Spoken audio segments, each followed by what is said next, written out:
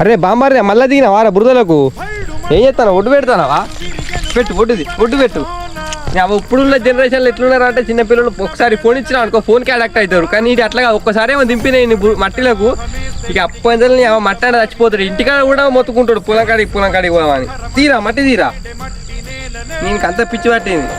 తీ పొట్టు గిడ పెట్టరా ఒడ్డు పెట్టరా గిడ గిట పోందా అబ్బో ఉన్నామా ఉంటాడ ఇంటికి వద్దారా పదర పదర ఇప్పుడమిని అడిగి చూడు పదరా చిగెలు కను మలుపు ఎక్కడను ప్రశ్నలన్నిటికీ సమాధానమిదిరా.